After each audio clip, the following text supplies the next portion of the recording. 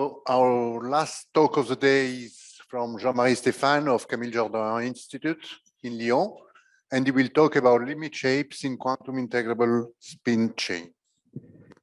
Yes, so first of all, thank you to the organizer and Filippo for setting up this nice workshop.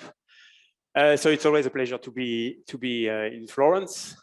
Yes, so I'm going to talk about mostly limit shapes, and this is how does it thing work? Okay, never mind. So how do I get the light? Top button is the light. Top. Okay, thank you. I thought it was the middle one. Yeah, so sorry about that. Yeah, so mostly I'm going to talk about this paper I put on the archive a few months ago, but some of it was inspired by other works I did before, so in particular in collaboration with Saverio Boccini, and before Nicolas Allegra, Jérôme Dubail, who is in the audience, myself, and Jacopo Vitti from here also. Yes, so this is a short plan. So I will try to be, so there were already quite a few talks about limit shape, but I will try to do my own introduction on the subject. It will be similar to what has already been said, but never mind. So this will be an introduction just with picture, basically. Then in the second part, I will explain to you the model I'm considering, and then the last part I will just present some result. Okay, so one example I like is that of dimer coverings of some lattice, and so one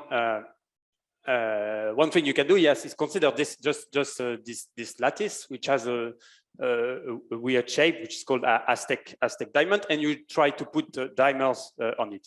So putting a dimer, it just, for me, it's some entity that just occupies, if you want, edges on the lattice, and in such a way that each edge has to be, so each side, sorry, has to be part of one dimer and only one dimer. So this is just an example of, so I'm trying to cover my lattice with dimers. So here there are a bunch of colors which won't matter too much in the following, but the only thing you need to know is that I associate, if I'm red or green, it means it's a vertical dimer, and if I'm yellow or blue, it's a horizontal dimer. Okay, so I try to paint this lattice, and this is, for example, sorry, I went too far. Yes, this is an example of what I get, and so you don't see anything in particular. And so okay, so I did it in some order, but it doesn't matter. What matters is that I imagine that there are many ways to cover this lattice with dimers, and this is one chosen at uniformly at random. Okay, so this is what it looks like. So it looks like nothing much, but what is nice is that if you make your Aztec diamond bigger and bigger, you take some scaling limit. If you want, you see something happening, and you get this. So this is my biggest, probably not quite. Maybe I have a bit bigger even. Yes, and you see this shape. So basically, it looks random in the middle, but there are deterministic features that appear, and in particular, you see that on the left and on the right, all my dimers, they are vertical with very high probability, and here they are all horizontal. Okay, this is called so this particular case has been proven a few years ago, and it goes under, sometimes under the name Arctic Circle theorem, because basically if you are at the exterior of this circle, the dimers, they are frozen, they are deterministic, horizontal or vertical with probability 1. Okay, so this is a famous result which was alluded to before, and so it's related to many things so I don't do justice to the field, but this is related to many problems. So the way I formulate it looks like statistical mechanics or probability, but it occurred before in the problems of crystal shapes. It's related to statistics of Young diagrams, and if it's related to statistics of Young diagram, then it's related to representation theory. There are also connections to statistics prospect. The way I will tend to see things will be in terms of quantum mechanics and integrability. But yeah, so there are relation to many interesting topics. So this is one example of limit shapes. Yeah, so I should say, sorry, that yeah. So for me, yeah, and for everybody, the Arctic curve is just the limit between the region where dimer fluctuates and where they do not. Yes. So another example, which is also quite famous and which will and on which I will focus on in this talk, is the 6 vertex dimer, the 6 vertex model. So this is a model for, so you can view that in many ways, but for me this will be a model for lattice paths, okay, which are shown here in dark blue. So I have 6 possible vertices, and I will see that as lattice paths that if you want. So here, for example, you can imagine the lattice path goes like this and then goes in this direction. So they can touch if you want, but never cross. Okay, and these are the weights of the possible vertices, and I can build a statistical mechanical model out of it. Okay, and in the following, an important role will be played by this parameter, which is called anisotropy. Often, so it's a squared plus b squared minus c squared over 2ab. Okay, and I take, so you see there are 6 possible vertices, but 2 by 2 there I take them to have equal weights, which you don't necessarily have to do, but this is what I will do. And in this talk, it will be also important that for technical reason, a be fixed to 1. So even if I write formulas with a equals 1.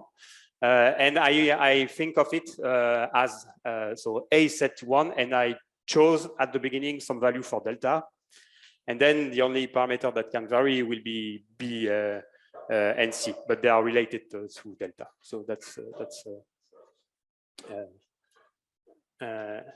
yes. So that's the model, and the particular setup I will focus on in this talk is called 6 vertex model. So this was 6 vertex model with domain wall boundary condition.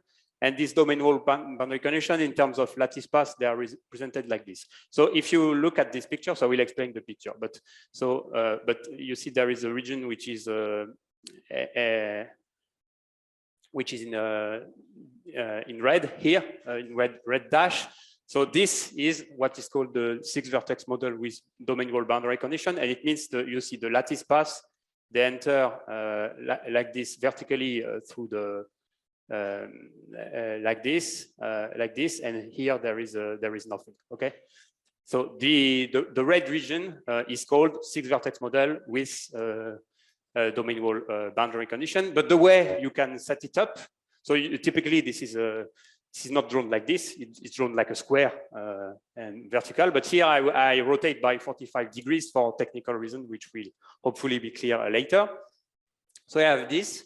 And this model I can actually set up by considering some kind of infinite slab geometry, if you want, here, like this. But I impose the top and bottom boundary condition, which are shown in black. Okay, so I impose that all the vertices they are occupied like this by my lattice path, all like this by my lattice path. And if I impose just this, so like completely full, then completely empty, completely full, completely empty at the top and bottom, well, you can easily check just by implementing the rule of the 6 vertex model that all the blue vertices like this, they are completely determined. Okay, so if I set up this boundary condition at the top and bottom, it fixes all the blue vertices, and then it, if you want, automatically generates a model inside this red region, which is called a 6 vertex model with domain wall boundary condition. So here I chose b equals 1, and I fix delta to some value. And if you want, so this is the model here, and on the right, this is a sample. Okay, where you can see I set this up, and you see there are fluctuations in this region. So this is b equals 1. And the game I want to play is the following, is that, so here it's, you see, it's, I have the, if you want, the number of lattice sites here are the same as in this. So it's kind of a square grid, if you want. But what I want to do is to change my parameter b here. And so here instead of b equals 1, I do b equals 1/2. Okay. But what I do is that I make more steps in the vertical direction. So here what I did is that I put the picture on the same scale. Okay, I have the same boundary condition at the top and at the bottom, but I do twice as many steps to go to the to get to the top part. But so I did twice as many steps, but I divided b by 2. Okay, and if you want, you can view that as some kind of particles that are all packed to the left here. They go somewhere to the right and they come back. And if you want the b parameter in the 6-vertex model, it's the one that controls how likely it is for particles to go to the right.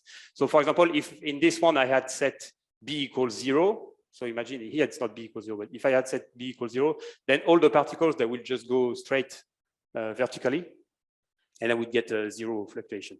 So what happens if I make b smaller and I double, so I make b twice as small and I double the number of steps vertically, there is a competition between the probability to go to the right, which is lower, but I have many more opportunities to go to the right. So in the sense, it compensates.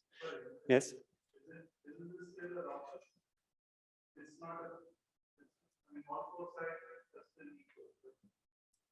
All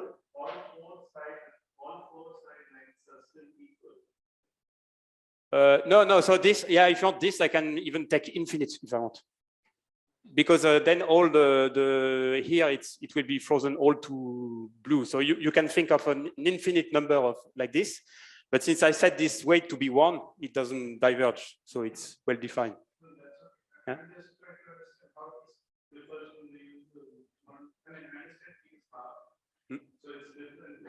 Yes. So here it will be, this one you mean? Yeah. Yes, I think n has been multiplied by 2 in the process, but it's 2n everywhere. It's not n and 2n. Yeah, it's 2n everywhere. Yes. Square.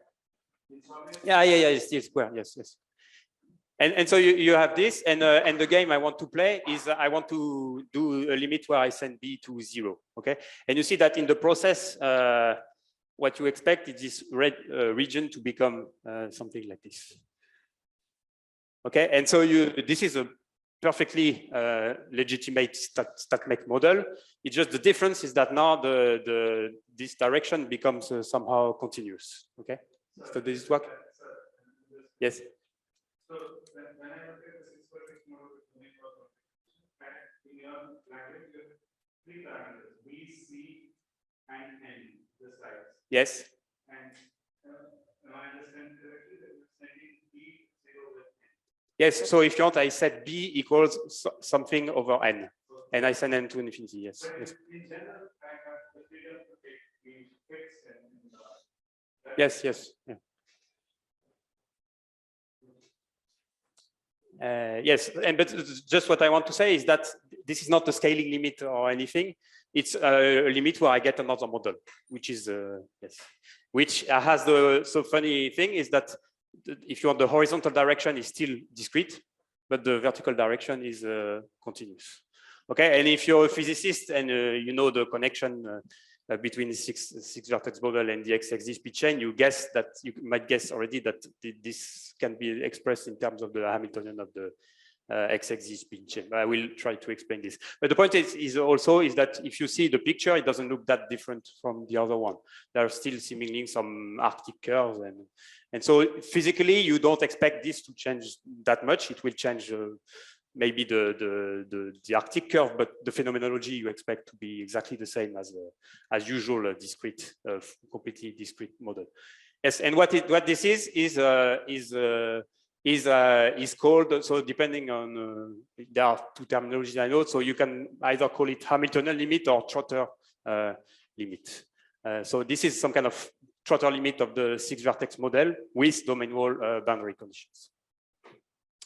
Okay, so let me just check. So yeah, so quickly, just a slide to explain the spin chain, but for this audience, I suspect I can go quite fast. So I imagine, so from now, I will encode everything with linear algebra, and I see, and I want to see this as a collection of lattice paths, so if you want, of particles. And so there is a 1, which is a particle, and 0, which is a hole. And I want to do linear algebra, and so I want to describe the configuration on a given horizontal slice in terms of particle occupation, just like in the pictures. Okay, so this is my vector, and in general, I want to use formalism of quantum mechanics. So so these are basis vector. This is one of the, so for example, for n equals 8, this is one of the 2 to the 8 basis vector, just binary words. And in principle, in quantum mechanics, the all-out state, they are linear combination of this basis states. Yes, and these are just a physics notation for those. And with this, I can quickly define operators that try to move particles. And so with my convention, I have a particle that an operator that moves particle to the right. And for example, with my convention, I have R3 tries to move the particle at side 3 to the right. Okay, and a bit like in a stochastic process, I can decide that this is not possible because there is already a particle at side 4. Okay, so these operators, if you want, they return something which is not 0 only if you have a particle and you move it to an empty location. Okay, so this is just what the pictures do, and you can do the same to the left. Okay, so I have this operator, and I can also have another operator that if I give it a configuration, well, I draw a red dashed line each time the occupation number changes, if you want. Okay, so here there is a dashed line because I go from empty to filled. Here, nothing happens. Yeah. So if you want some kind of domain walls counting, each time the particle occupancy changes, and I can always define a matrix that does this because it's finite dimensional linear algebra. Okay, and the Hamiltonian I can define is this XXZ Hamiltonian. So there are a bunch of terms for a finite chain of length L. There are a bunch of terms that try to move particles to the left, to the right, and there is minus delta that counts this number of domain wall. And yes, and this is the XXZ spin chain. And if you like stochastic process, I think for delta equals 1, this coincides exactly with the generator for SEP. Otherwise, so since my Hamiltonian is symmetric, there is no exact connection to AZEP, even though it's similar. Okay, so this is like this. And I can play the same game. This was for finite number of lattice sites, and I can play the same game with an infinite number of lattice sites. And I will take my favorite initial state, which will be packed with fermions, with particles, if you want. Sorry, not fermions, with particles to the left of the origin, and completely empty on the right. And then starting from this state, I can always try to move a finite number of particles. And this will be my convention. So my initial state psi will be this domain wall, sometimes called domain wall initial state.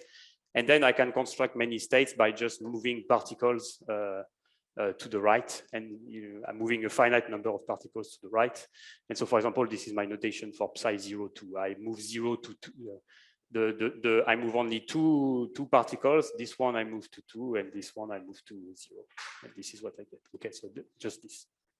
Okay, and with this, you can you can do this Hamiltonian, and you can play around with the action of the Hamiltonian on these vectors. So, for example, very simple exercise: you act with this Hamiltonian on this domain wall state, and you see most operators they fail. So, for example, all the left one they return 0 because they try to take a particle and move it to the left. It's not possible, because either there is no particle, or if there is one, you cannot move it to the left.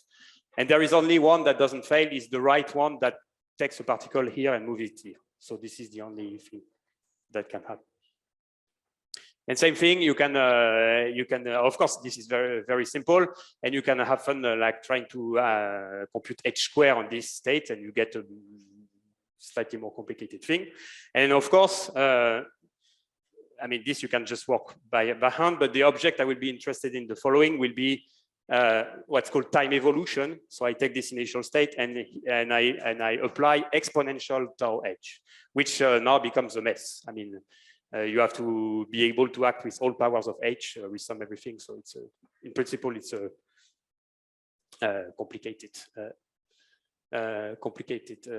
object. And this is what I want to study. And so first, maybe let me state some results you can obtain from this. Yes, so with my initial state psi and time evolution, as I stated, you can compute, basically you can understand the model I was talking about at the beginning. So I took 6 vertex, I took a limit, which I call Trotter or Hamiltonian limit. And you can understand this in terms of time evolution in the sense I was describing here. So the picture I was showing before, you can really view, you can really wonder, well, what's the probability of occupation for particle at a given place here, omega. And I claim it will be given by this probability. Okay, so this, and so XL, X1 is just my way of saying which particles are where. And it's going to be given by the product of these amplitudes, and all these amplitudes, they are expressed in terms of only my initial state and the XXZ Hamiltonian. Okay, so if I know this, in principle, I'm able to compute all the probabilities in the model. Okay. So that's the logic of the talk, if you want. And so this amplitude, which is just the one where you start from domain wall and you end up with domain wall, it can be shown, so I will detail later, but you can get it a completely explicit formula as a Fredholm determinant. Okay, and the new thing I have compared to this is that actually you can compute all the amplitudes where you move a finite number of particles with explicit formula. So this is shown on the right, for example. So on the right, I have completely packed to the left. I come back to almost the same state, but there are 3 particles which are allowed to go wherever they want. Okay, so there are exact formulas for this. Yes. What about complex tau? Yeah, yes, so sorry, so I will make this point later. So these formulas, they are completely agnostic about tau, so tau can be any complex number in principle. But above, you know, tau larger than 2. Ah, yeah, so this is the StatMech for the StatMech interpretation, I need tau to be strictly positive and omega in between, and this is the model I was talking about. But from the perspective of the formula I derive, there is no need for tau to be, yes, and this is actually, this comes in the next slide. Yes, so one thing that's not totally obvious is that for tau positive, all the amplitudes I wrote, they are positive, which is not completely trivial just from the rules of the XXZ spin chain, but you can show this simply because I took a limit of the 6 vertex model, which with positive weight. So in that sense, it's obvious. But if you think of the examples I was showing you before here, you see there are minus sign hanging around. So it's not obvious at all the exponential tau h gives only linear combination of positive things, said like this, but it's true. Yes, sorry, so that was this. So this is, yeah, so this is a probabilistic model, but you can also do something else. And the something else is, for example, instead of having tau real, you can choose tau imaginary, okay? And you can define this. It's a legitimate probability distribution. And then what I'm doing is what's called a quantum quench problem in a spin chain. So this, if you want, the way that I never want to decide, at least in the first place, at the beginning, if tau is complex or real, it allows me to treat both problems on equal footing. So either I do what's called real-time evolution of a quantum system, and then there are many conjectures about the scaling limit of this. So if tau is positive, I'm in the, if you want, limit shape Arctic Circle business. And if I decide that tau is IT with T positive, then I'm doing quantum evolution, and there are powerful prediction from generalized hydrodynamics, which was described in a few talks before, as to the behavior of this system, and it's still probably, I mean, it's a perfectly fine probability distribution, and yeah, there are, if you want, conjectures for the behavior of the density profile, which are in a sense quite spectacular. Maybe I will say a few words about it. Okay, so yes, so that's it. Just why do you get, so just a flavor of why you get this XXZ spin chain out of the 6 vertex model. So one way to do this is to study this through some transform matrix formalism. Okay, so here I need, so for the experts, I need like 2 transform matrices, and these transform matrices, turns out you can express them in terms of the same operators I was talking about before. The left, the one that makes jumps to the left, makes jumps to the right, and there is also my diagonal thing that was counting the number of red dashed line in the previous pictures. Okay, and so it turns out you can compute any observables using this transform matrix formalism. Okay, and this transform matrix, I make it explicitly depend on B. Okay, B was my parameter that controls the jump, if you want. So remember A, if I write A, but A is 1. And if I fix delta, I can do so. Perhaps now this answers question you had before. So now I claim that if I send n to infinity and I scale B with n to the power n, I recover exactly the exponential tau h. But perhaps I should have put it in at the beginning. Yes, and it's very similar. So I think there was a talk yesterday afternoon which takes essentially a very similar, limit for stochastic process. It's the same logic. Okay, so just give an idea why you get this problem. Okay, so now let me go back to just so the amplitude where it's some kind of a partition function, if you want. So the amplitude where all the particles are packed to the left and they come back to the same initial state. Okay, and using standard integrability tricks, you can rewrite this as a Freedom determinant. And the reason you can do it is basically that for the 6 vertex model with domain wall boundary condition, there is an exact formula for the partition function, which is called Izergin-Korjepin formula. And so basically, the way I'm doing things, I steal stuff from the 6 vertex model. I steal formula from the 6 vertex model. I take the limit, and I get a result which is not obvious for the chain. Okay, so for example, you take the limit. You have to be careful in the way you are taking the limit, because you go from like a discrete n by n determinant. So, but you get at the end some Freedom determinant, which is completely explicit kernel like this.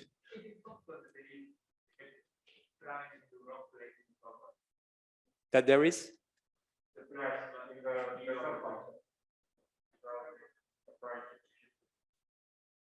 The prime, you mean in the Bessel? Yes, there are 2 types. One of them. Oh yeah, sorry. So it's y, x, y, and x, y, x. Sorry, yeah, there is a mistake typo here. Yeah, so this should be y and this should be x. Yeah, thank you. Yeah. But yeah, and basically the point is that then you can compute this. I mean, if you can make a plot, for example, because there are ways to evaluate Freedom determinants.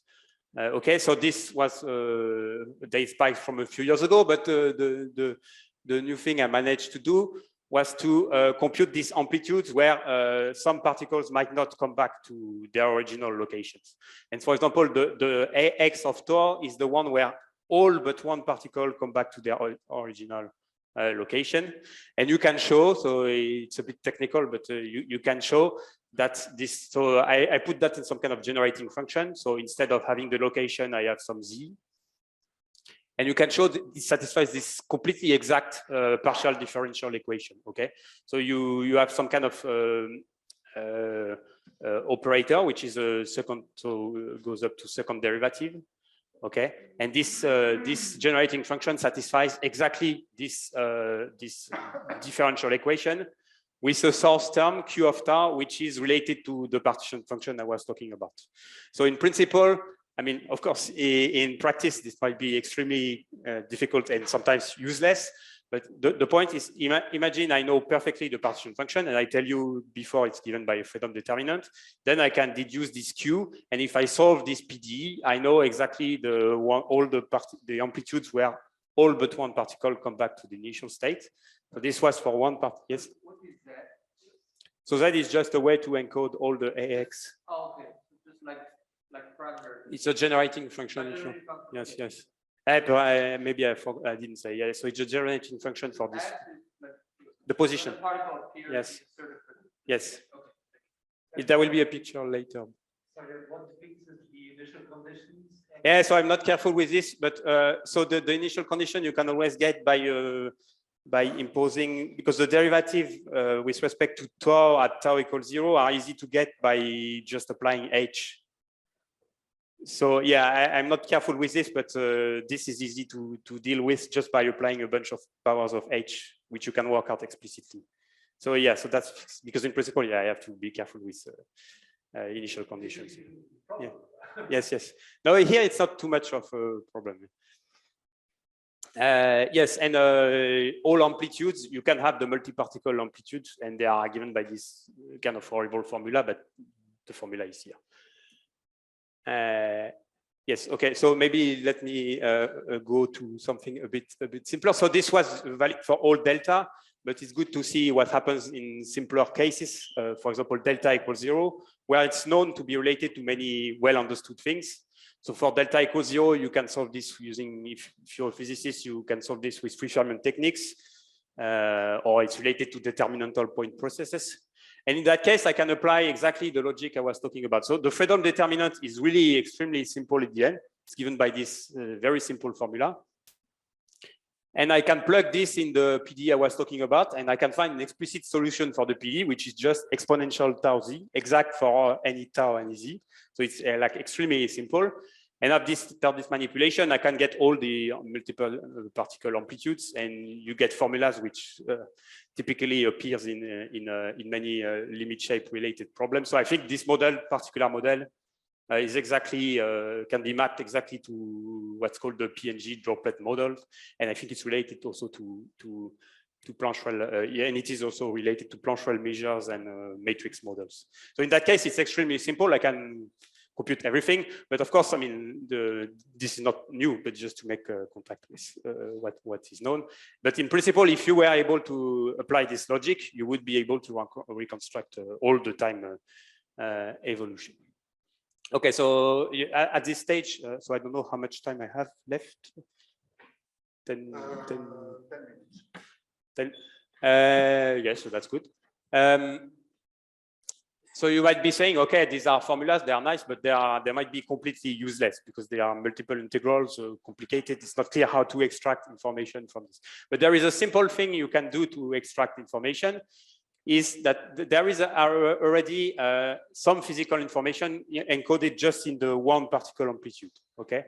And so one way to do it is that, so here it's a bit hand-waving, but basically you can try to study the large tau behavior. So for me, the limit, what will be the scaling limit will be tau goes to infinity. So it's the same as sending the number of the n of the Aztec diamond to infinity.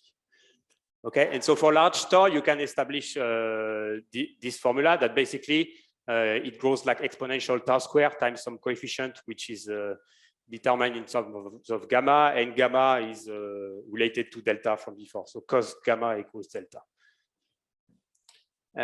Okay, and since this is a generating function, I can use that to reconstruct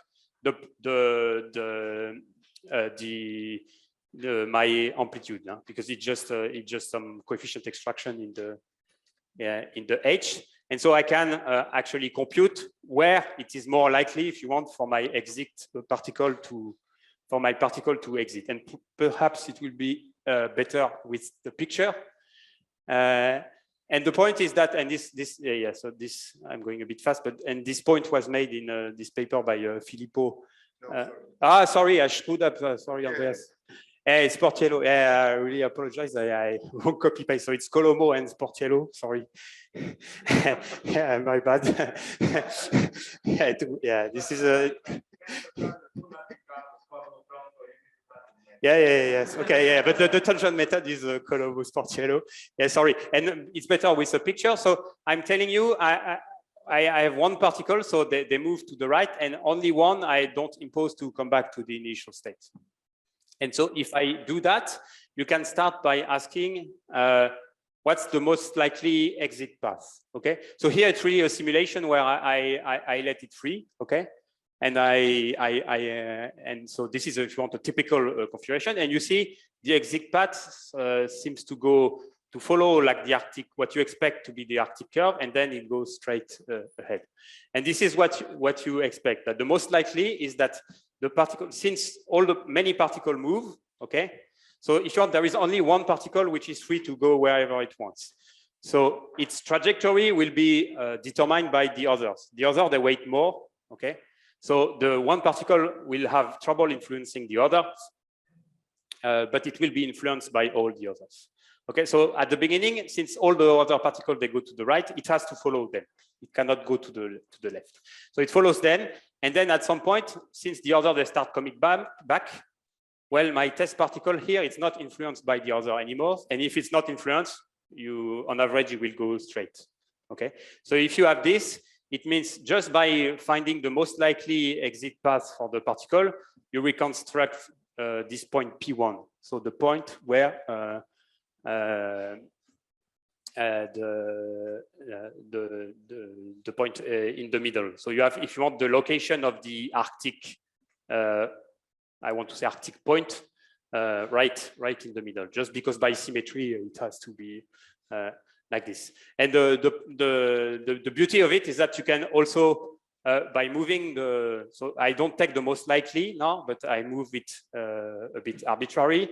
And by imposing some exit point, you can reconstruct the full Arctic curve just by saying that the particle has to go straight. Okay, on average, if I impose this exit, it has to go straight, and then it has to exist. I mean, you can argue it has to exit at a tangency point to the curve. Okay, and this kind of argument is very similar to, if you want, to some kind of local density approximation argument. Basically, you said the particle that is close to the boundary, it behaves like a free particle, okay? And you said that the amplitude I was computing here, this function of where I exit, you can have it, we can reconstruct it as a behavior of a free particle that would follow this trajectory. Okay, and just equating the two gives you an equation for the Arctic curve, and you can reconstruct the full Arctic curve. Okay, so and this was the point in the Sportiello, Colombo-Sportiello paper, that you can reconstruct the full Arctic curve just by this one point boundary correlation. Okay, so in the remaining few minutes, I can go back to, so here it was all imaginary time because it was easier, but one motivation for studying this was also to be able to make statements about real time, even though I have to confess I have little to say right now, but you can make contact with some of the predictions of generalized hydrodynamics, and so I'm not able to make contact with generalized hydrodynamics yet, but one very spectacular prediction from generalized hydrodynamics was the fact that for this particular out of equilibrium problem, the behavior even of the density profile is highly discontinuous with delta. So in the 6 vertex model and limit shape, if you change a little bit delta, it's all smooth, all fine as it is. And what happens is that, for example, in this out of equilibrium quantum problem, you're actually extremely sensitive to whether or not, so delta I parameterized by cos gamma, okay? And you're actually extremely sensitive to whether or not gamma divided by pi is a rational number or not. Which, if you're not used to this thing, might sound a bit crazy, but it really is true, okay? And in this return probability, you see it, okay? You see that if gamma over pi is a rational number, then this amplitude, so with IT now, which can be interpreted as a return probability in the quantum problem, where it decays like a Gaussian, okay? And if you're not a rational number, then it decays exponentially. So it's extremely weird. So these are a bunch of conjectures that are not based on a particular understanding, but it's just that with the freedom determinant formula, you can plot it 2 times extremely large, and you can really see that those formula they work. And actually, this one is just the one from the StatMech model where I replaced tau by IT. So I completely cheated to guess this formula. I just took a result which was valid only for tau real. I find the asymptotic, and then I replace, even though I'm not allowed to, tau by IT, and I see what it gives, and I see it works. But it works only if gamma over pi is a rational number. So it's extremely weird. This one for delta equals 1 is based on the calculation with the freedom determinant. Okay, and here you see it decays a bit slower, so it's exponential square root. And the physics of it is not, I mean, GHD deals well with delta greater than 1. For delta equals 1, the claim is that the physics of this is described by some Landau-Lifshitz effective theory, and the predictions are logarithmically enhanced diffusion. Okay, so, and here, the only thing I have to say related to this is that the written probability decays like this. Okay, so yes, and if I have, since I have just a little bit of time, let me come back to just how I got these formulas. So for the return probability or the amplitude where all particles come back to the initial state, as I said, in the lattice 6 vertex model, it's a known Isargin-Korjepin determinant, and if I take my Hamiltonian limit, I get a freedom determinant. You need to work for it, but you can get it. And to get all the other amplitudes, so there has been a series of work which exploited integrability to get exact formulas for this back in the lattice model. And so it's the derivation is very, very long, but one way to put it is that you need to get this and exploit integrability. At the end of the day, you need to understand certain orthogonal polynomials. And I think you can, it's fair to say that to have all these formulas, you need to be able to study the polynomials that are orthogonal with orthonormal. So with me, it's orthonormal with respect to this weight, okay, where gamma is related to delta once again. Okay, so you imagine you have a family of orthonormal polynomials, you study them, and if you know them sufficiently well, you can compute anything you want in the 6 vertex model. And if I want to take the limit, this is what it means in terms of orthonormal polynomials. So if you want, this is the technical difficulty in deriving all the formulas I was talking about, is that I have my orthonormal polynomials, okay, sorry, with respect to this weight, okay, and I want to take some kind of limit where epsilon goes to 0. And it turns out you have to scale things like this and send n to infinity. So it's some kind of weird limit for orthonormal polynomials. So then these are not polynomials, but you can show, if you work a little bit, that in the same way as orthogonal polynomials satisfy some 3-term recurrence formula, this limit satisfies some ordinary differential equation. Okay, so you have this, and so that's the result. If you have polynomials orthonormal with respect to some weight, they satisfy some ODE where f is related to some freedom determinant and blah, blah, blah, blah, blah. So that's basically what you need to do to show all those formula. Okay, so so this is my conclusion slide. Yeah, so far I just showed formula and not too much did not demonstrate really how much you can extract. I like to claim I'm just at the beginning, so I might have more interesting and physical things to extract from this. Yeah, so the connection to hydrodynamics was the main motivation, but as I showed, it's difficult to make a clear-cut statement right now. So you can also compute the emptiness formation probability, and then you can try to connect to KPZ or not KPZ physics. So because there are conjectures that whether or not you get Tracy-Widom for the rightmost particles and stuff like this. I didn't talk about it, but there are alternative methods to compute the amplitude I was talking about. So in particular, there is a recent paper by Sense Tracy-Widom from a few weeks or months ago. You can also make Hamiltonian limits with a model with 2 periodic weights. So maybe that's interesting to study. And with that, I thank you.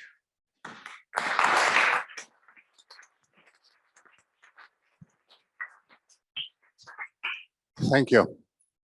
Any question? You had this operator V that appears in the thread-only determinant. Is there any way you can make the thing in brackets equal to 1? Because then it's the Bessel kernel from random matrix hard edge limits.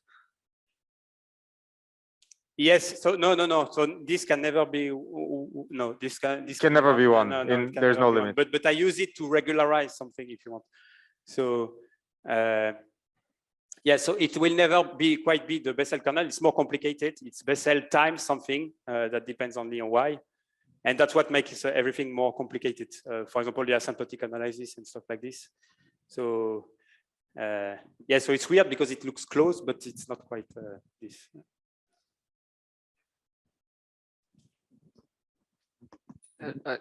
Thank you very much for your talk. I'm wondering, you mainly talked about delta is smaller or equal than 1, but what happens if delta larger than 1 in terms of limit shape? So in terms of yes, so that's because the real time has some something related to classically means some soliton, exists some soliton, but in limit shape, what does it mean? Yeah, so I didn't talk about this. So the imaginary time for delta larger than 1 is very easy. So you can completely, with the formula I showed, you can completely solve it. And so physically, but the problem is that it doesn't lead to limit shape. So in a sense, it leads to a model that's too simple. And the reason is, if you want, is that the particles, they don't go really to the right. They might go. So if you want the rightmost particle, if you want, even if tau is extremely large, it goes only up to a distance order 1. Okay, so you don't really. Yeah, so it's similar in real time actually. Yes, so you get this, and here, yeah, I didn't say, but and here all my PDEs and all my amplitudes I can compute explicitly with the logic I have. So this is actually the only example where I can really compute everything in terms of. But then, from the perspective of the spin chain, is not that surprising, because if you want, this domain wall initial state is very close to the ground state. So in a sense, my imaginary time, it projects very quickly to the ground state, and then I can compute all the amplitudes, but I don't have interesting phenomena like this. Can you go to the slide where there is the k-point correlation functions for k-walks arriving on certain positions on top? The points for when you had that one. Yes. So you calculated this from scratch. You didn't take it from Isachin Karepin and made the limit. No, so this no. So this I maybe explained too quickly. So this is a limit, once again, of formulas that are in Colomo-Pronko paper. So it has a very similar structure. It's just that my H is the analog of their Hn of Z, if you want. So maybe what I wanted to point out is that it is a more straightforward limit of a subsequent Colomo-Pronko Sportiello work. It is. I could not hear what. There is a paper by the three of us. Yes. A single one, in fact, exists, which is called a generalized emptiness formation. Yeah, it's also this. Yes. If you take that, it's really, then it is just plugging the good values. Yes. The so formula I mean, is very similar. So in a sense, the difficulty is not this formula, because this if you want, I inherit almost for free. What is the difficulty is to understand this H of tau Z. So once I understand the limit of this one, it's almost like, as you say, like taking the formula and then taking the limit is reasonably easy. So if you want, the difficulty is this H, which satisfies my partial differential equation I was talking about. So really the main difficulty is the H, not the structure of the formula, which you inherit from the 6-vertex model almost for free, yes. Except that here you see there is still a derivative. So it's similar to taking a homogeneous limit. You know, the way you do it, you take a homogeneous limit and derivatives might appear. So when I start from the 6-vertex model already in the homogeneous limit and I take my limit, there are also derivatives starting appearing. That's the only complication you have. So in a way, it's like each time you take a limit, you lose the structure, right? I mean, because in the homogeneous model, it's Young-Baxter, etc., and you see all this algebraic structure. And if you take many limits, at the end of the day, it's not clear what's the underlying structure. Yeah, that's why Yes. I was telling, because the inhomogeneous path was in the derivation in that paper, Yes. and then the homogeneous formula ready to use was at the end. Yes, but the statement is that so you start from inhomogeneous, then you have to take homogeneous limit, and then you have to take Hamiltonian limit. And where I come in is the last limit.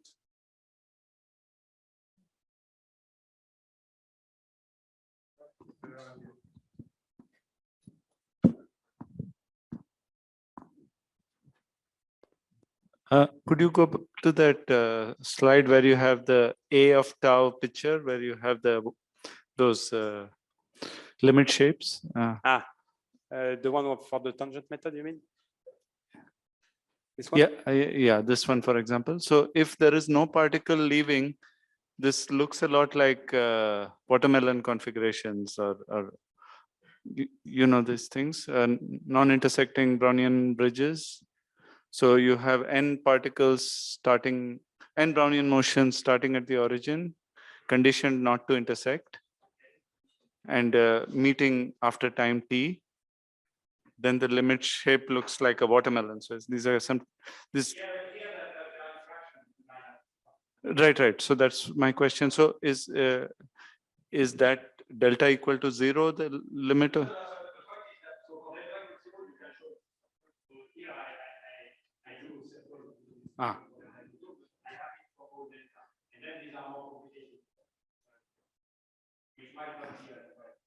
But but is this related to the watermelon configurations or not?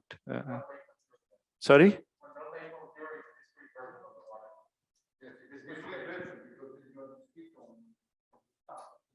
No, you're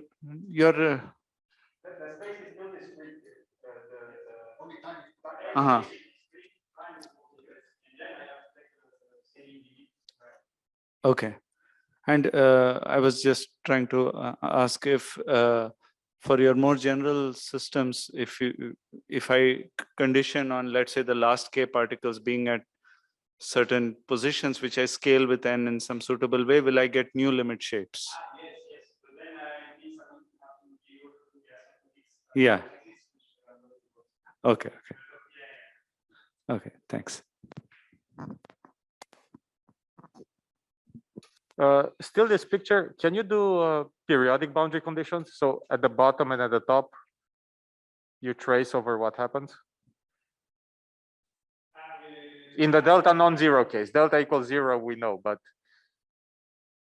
So for the technique I use, it's really specific. And I have to start from 6 conditions and I get what I get. But I mean, there are other techniques which might go. But yes, and then you can imagine that two articles to make it close to each other. Yes, there are this in the high probability that is the same every time.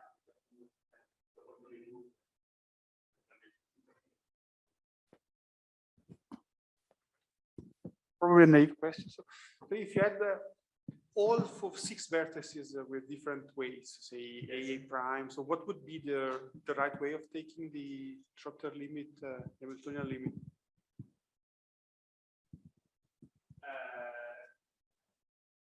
Okay, so that I mean, so with what I did, you can also do Asymptotics. Just that, so it's known now.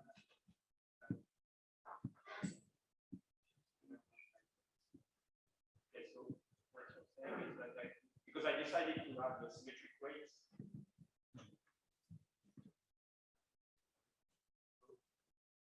Yeah, this. Yeah, so here I decided to have symmetric weights because the motivation was quantum mechanics, and I wanted to get XXZ, which has to be Hermitian, and if it's Hermitian, A equals A. So if I want to do stochastic process, I can with this, and it's known we need to scale things. So this was actually almost what was done yesterday. But the difference is that for me, I condition on coming back to the initial state. So in terms of ASEP, if you want to be some ASEP with step initial condition, which you condition at a later time to come back to step initial condition. And then you look at intermediate times. So this is the so then the follow-up question is your formula for the endpoint, so the one that Andrea asked about. So how does it get modified if you have? So it is in this H that enters that will enter the different ways of configuration, or also in the structure. So it might be similar, but I don't think it has been like this. So it's probably global because you have to redo all the same steps. It's just that in the literature on 6 vertex model, Filippo starts with The calculation is not. but the calculation is doable. Right? The ASEP is You cannot translate into result. It's the power of anti-sign. Yes, but for me it doesn't matter.